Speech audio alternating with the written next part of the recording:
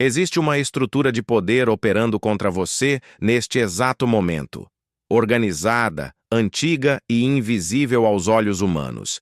E o mais perturbador de tudo é que a maioria das pessoas que se dizem cristãs nunca foi ensinada sobre ela. Não estou falando de algo vago ou metafórico. Estou falando de uma hierarquia real, com nomes, com posições, com territórios definidos, com estratégias específicas para destruir vidas, famílias, nações e almas, tudo documentado nas páginas da Bíblia, tudo revelado pelo próprio Espírito Santo através dos profetas, dos apóstolos e do Filho de Deus. E a pergunta que precisa ser feita agora, antes de qualquer outra coisa, é esta: você está em perigo sem nem saber? Pense comigo por um instante. Pense naquele momento em que você acorda às 3 da manhã sem razão aparente, com uma sensação pesada no peito, como se algo invisível estivesse sentado sobre você. Pense nas semanas em que tudo parece desmoronar ao mesmo tempo, o relacionamento, o trabalho, a saúde, as finanças. Como se uma força coordenada estivesse empurrando tudo para o abismo simultaneamente. Pense nas vezes em que você orou, acreditou, lutou e mesmo assim sentiu que havia algo bloqueando, algo impedindo, algo que você não conseguia ver, mas que claramente estava lá. Não era fraqueza de fé, não era falta de oração. Era uma guerra que você não sabia que estava acontecendo, contra um inimigo que você não sabia que tinha nome, posição e estratégia. Este vídeo existe para mudar isso, para que você nunca mais enfrente o invisível sem saber o que está enfrentando, para que a confusão dê lugar à clareza, o medo dê lugar à autoridade e a ignorância dê lugar ao conhecimento que a Bíblia sempre quis te dar. Antes de continuar, preciso te fazer uma pergunta que talvez ninguém tenha te feito antes com essa honestidade. Você já sentiu que havia algo atuando contra a sua vida de uma forma que nenhuma explicação humana conseguia descrever? Aquela sensação de que não é só azar, não é só coincidência, não é só falta de esforço, mas que existe algo por trás, algo que está trabalhando ativamente para te destruir? Se você está assentindo com a cabeça agora, saiba que você não está sozinho.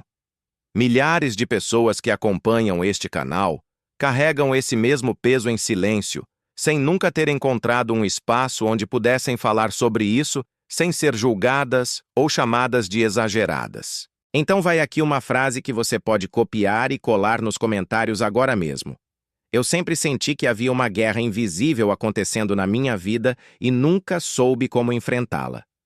Digite isso nos comentários.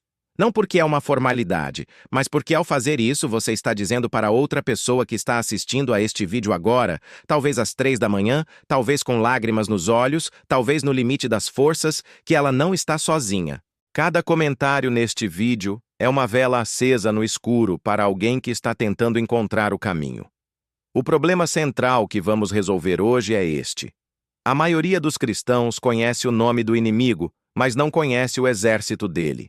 Sabem que Satanás existe, sabem que há demônios, mas quando o apóstolo Paulo escreve na carta aos Efésios, capítulo 6, versículo 12, que a nossa luta não é contra o sangue e a carne, mas contra os principados, contra as potestades, contra os príncipes das trevas deste século, contra as hostes espirituais da maldade nos lugares celestiais, a maioria das pessoas lê esse versículo como se fosse poesia. Não é poesia. É um relatório de inteligência espiritual. Paulo está descrevendo categorias reais, cargos reais, uma estrutura hierárquica real que opera no mundo invisível com a mesma precisão com que um exército opera no mundo visível. E se você não conhece essa estrutura, você está lutando no escuro. Se você está aqui e ainda não faz parte desta comunidade, este é o momento de mudar isso. Aperta o botão de inscrição agora e ativa o sininho para não perder nenhuma notificação. Este canal foi criado para você, para quem não se contenta com respostas rasas, para quem sente que há algo mais profundo nas Escrituras do que o que foi ensinado no banco da igreja, para quem quer entender o que realmente acontece nas dimensões invisíveis e como isso afeta cada área da sua vida.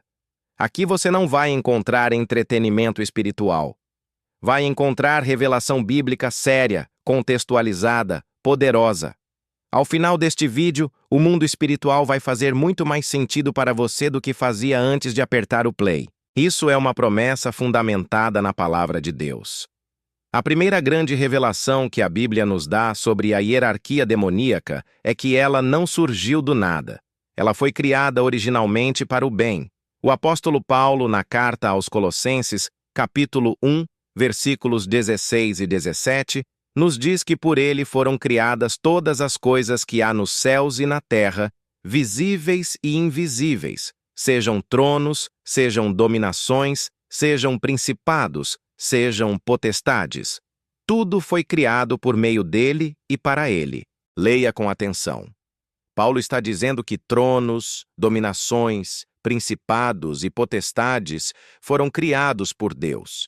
Isso significa que a hierarquia que hoje opera nas trevas foi originalmente uma hierarquia de luz. Os seres que hoje servem a Satanás foram criados para servir a Deus.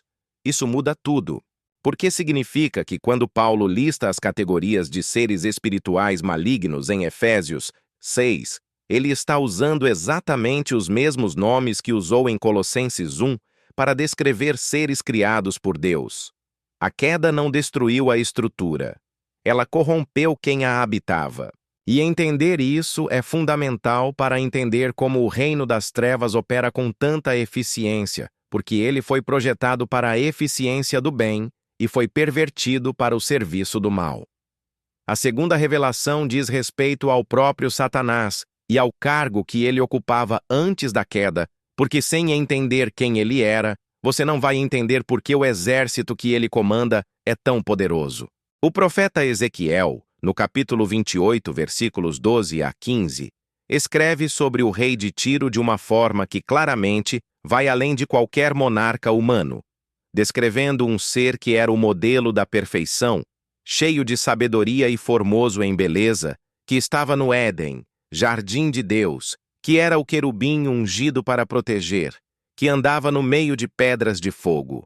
Isaías, no capítulo 14, versículos 12 a 15, o chama de filho da alvorada, aquele que dizia em seu coração que subiria ao céu, que exaltaria o seu trono acima das estrelas de Deus, que se assentaria no monte da congregação, que se tornaria semelhante ao Altíssimo.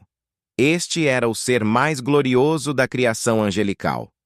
O querubim protetor, o líder do louvor celestial. E quando ele caiu, ele não caiu sozinho.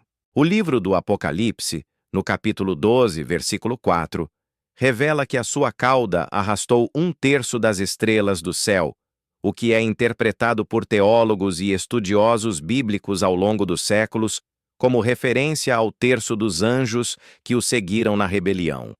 Esses anjos caídos se tornaram os demônios, os principados, as potestades, as hostes da maldade que Paulo descreve, e eles ainda carregam, na estrutura corrompida que habitam, o reflexo distorcido da glória que um dia tiveram. A terceira revelação é sobre a categoria que Paulo chama de principados, os archon no grego original, que significa governantes, líderes, aqueles que estão no topo da hierarquia demoníaca, abaixo de Satanás.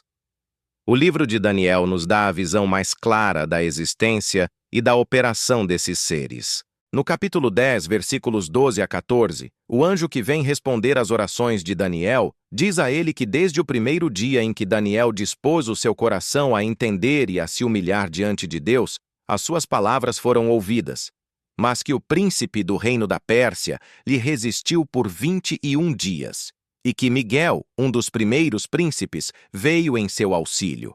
Processe isso. Um anjo enviado por Deus em resposta à oração foi detido por 21 dias por um ser chamado o príncipe do reino da Pérsia. Este não era um rei humano. Era um principado demoníaco atribuído ao território da Pérsia, um ser de poder enorme que tinha autoridade espiritual sobre aquela nação. E logo em seguida, no versículo 20, o anjo menciona também o príncipe da Grécia, outro principado territorial, Isso revela que Satanás organiza seu exército geograficamente, designando principados específicos para governar nações inteiras, para moldar culturas, para influenciar governos, para contaminar espiritualmente territórios, e que esses seres são tão poderosos que até anjos de Deus precisam de reforço para vencer a sua resistência. A quarta revelação aborda as potestades, que no grego são chamadas de exousiai, que significa autoridades ou poderes delegados. Se os principados governam territórios, as potestades governam sistemas. Elas são os seres responsáveis por manter estruturas de pecado institucionalizadas, por perpetuar ideologias que corrompem, por sustentar sistemas religiosos falsos, por infiltrar doutrinas errôneas dentro da própria igreja.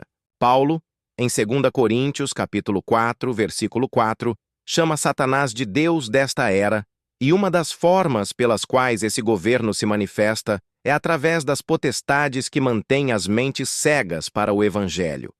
Quando você observa como certas ideias destrutivas se espalham com uma velocidade e uma coerência que desafiam a simples explicação sociológica, quando você vê como igrejas inteiras podem ser desviadas da verdade por décadas sem que ninguém pareça perceber, quando você observa como sistemas de vício, de opressão, de mentira cultural parecem ter vida própria e se auto-perpetuam independentemente de quem esteja no poder humano, você está vendo as potestades em operação. Elas não precisam controlar cada indivíduo. Elas controlam os sistemas que controlam os indivíduos.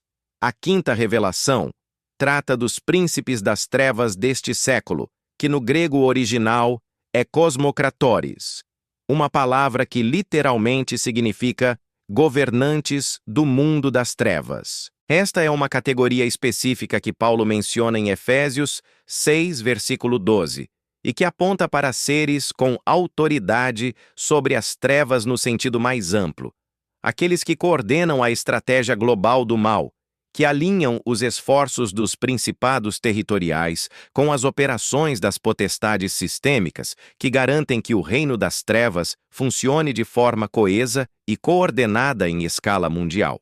O livro de Jó nos oferece um vislumbre assustador de como esses seres se apresentam diante do trono de Deus.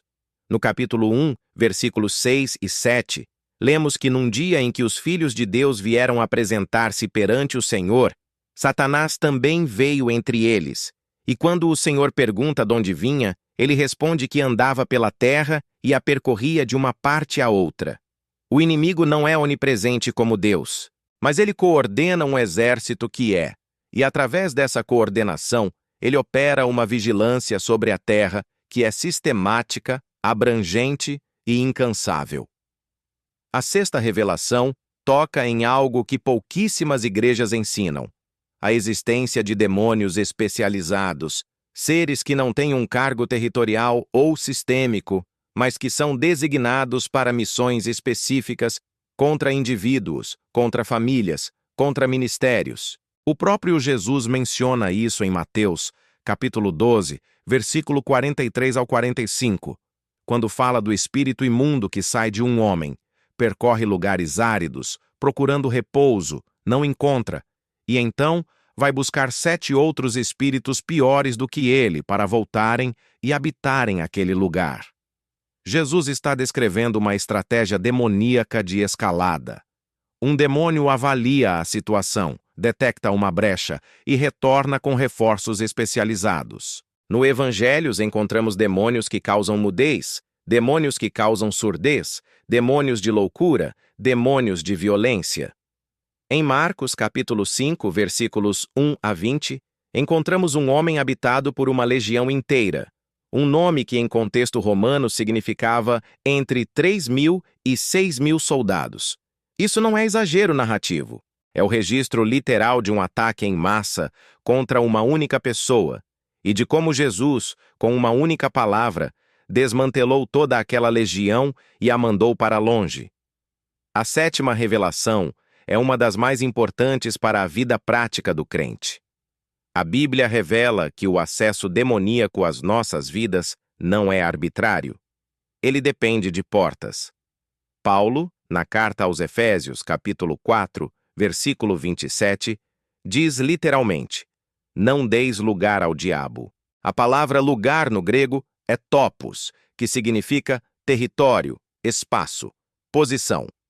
Paulo está dizendo que é possível, através de escolhas específicas, ceder território espiritual ao inimigo. O pecado não confessado é uma porta. A falta de perdão é uma porta. O envolvimento com práticas ocultistas é uma porta. A amargura prolongada é uma porta. A imersão em conteúdo que glorifica o mal é uma porta. Isso não significa que o diabo pode fazer o que quiser com você. Significa que certas escolhas criam vulnerabilidades espirituais reais que seres da hierarquia demoníaca sabem como explorar. O profeta Oséias, no capítulo 4, versículo 6, registra a advertência de Deus. O meu povo é destruído por falta de conhecimento.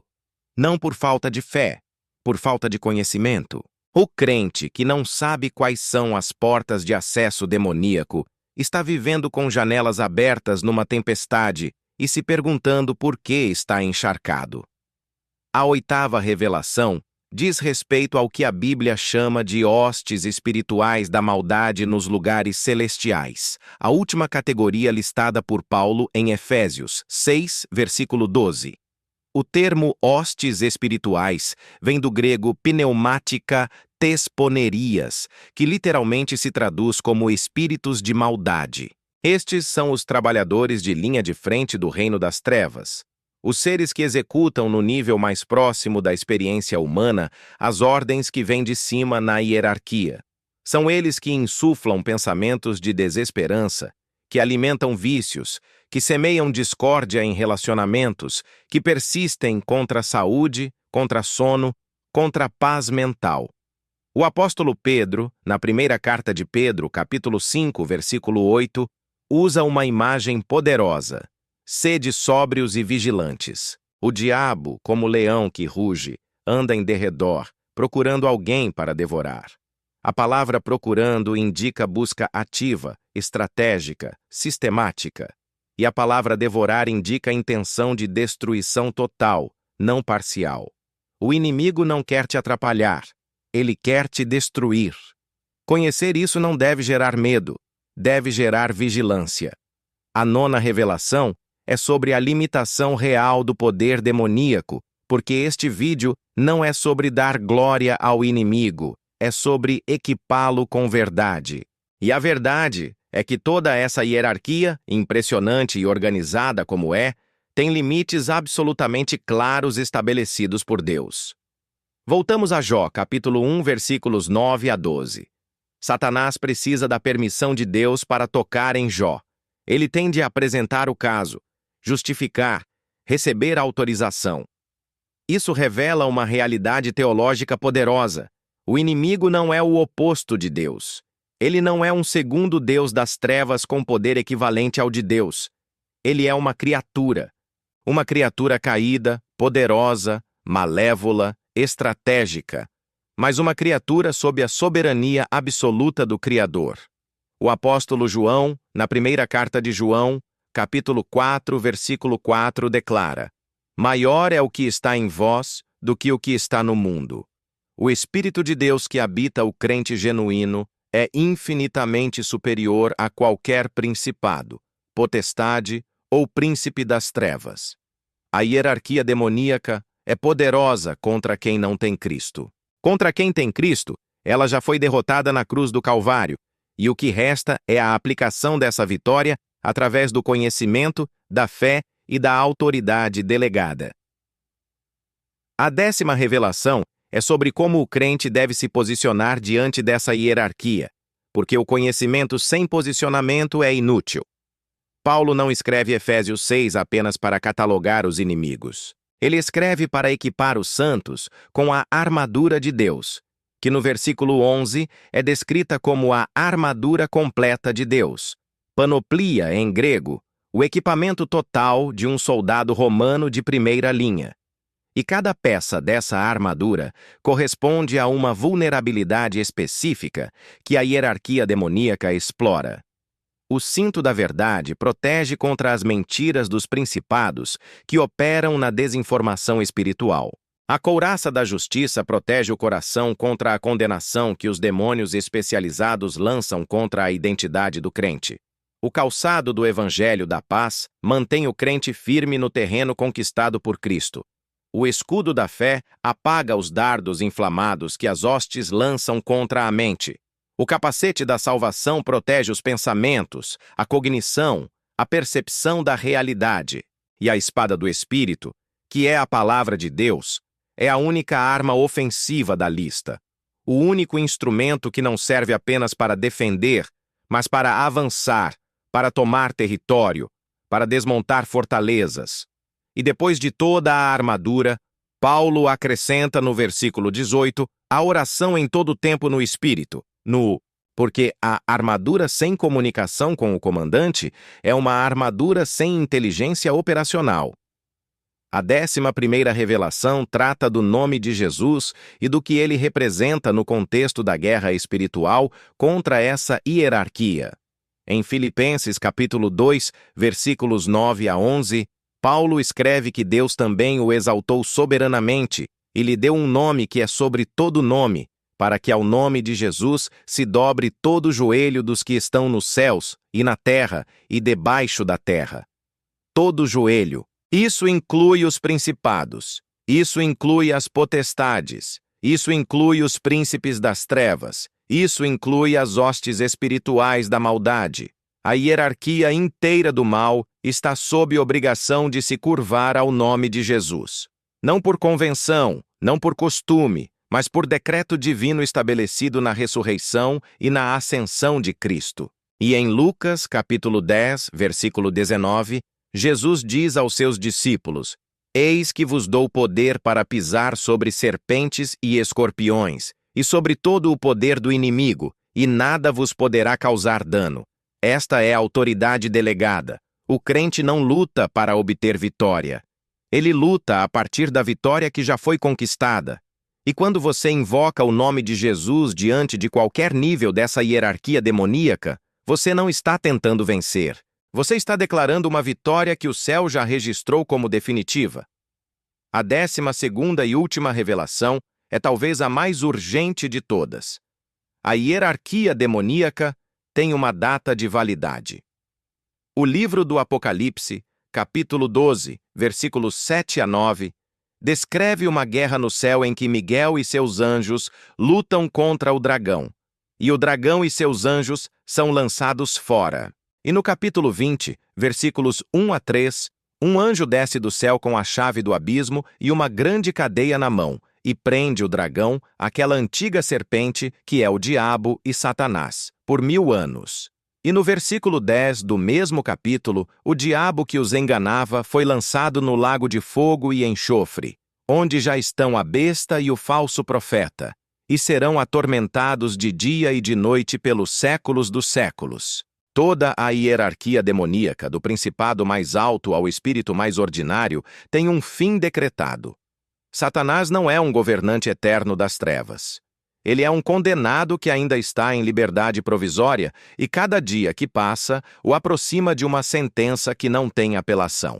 E você, crente, ao tomar o seu lugar correto nessa guerra, ao vestir a armadura completa, ao invocar o nome de Jesus, ao orar no Espírito, ao resistir ao diabo, como diz Tiago no capítulo 4, versículo 7, que promete que ele fugirá de você, você está participando ativamente do desmantelamento de um reino que já foi sentenciado antes da fundação do mundo. Este é o momento de uma pausa importante no caminho que percorremos juntos até aqui. Se você chegou até este ponto deste vídeo, você é exatamente o tipo de pessoa para quem este canal foi construído. Você não desistiu quando o assunto ficou profundo. Você não recuou quando a verdade ficou desconfortável. Você quer entender de verdade o que a Bíblia diz sobre o mundo invisível, e isso é raro, e isso importa. Se você ainda não está inscrito neste canal, aperta agora o botão de inscrição e ativa as notificações. Não porque o canal precisa de números, mas porque você merece continuar recebendo o tipo de conteúdo que acabou de assistir. Revelações bíblicas que não são rascunhadas às pressas, mas pesquisadas com seriedade, oradas com dedicação e entregues com o único objetivo de equipar você espiritualmente para a vida real. Cada novo vídeo neste canal é uma oportunidade de sair um pouco mais do escuro e entrar um pouco mais na luz do conhecimento que Deus sempre quis te dar. Não deixa essa oportunidade passar.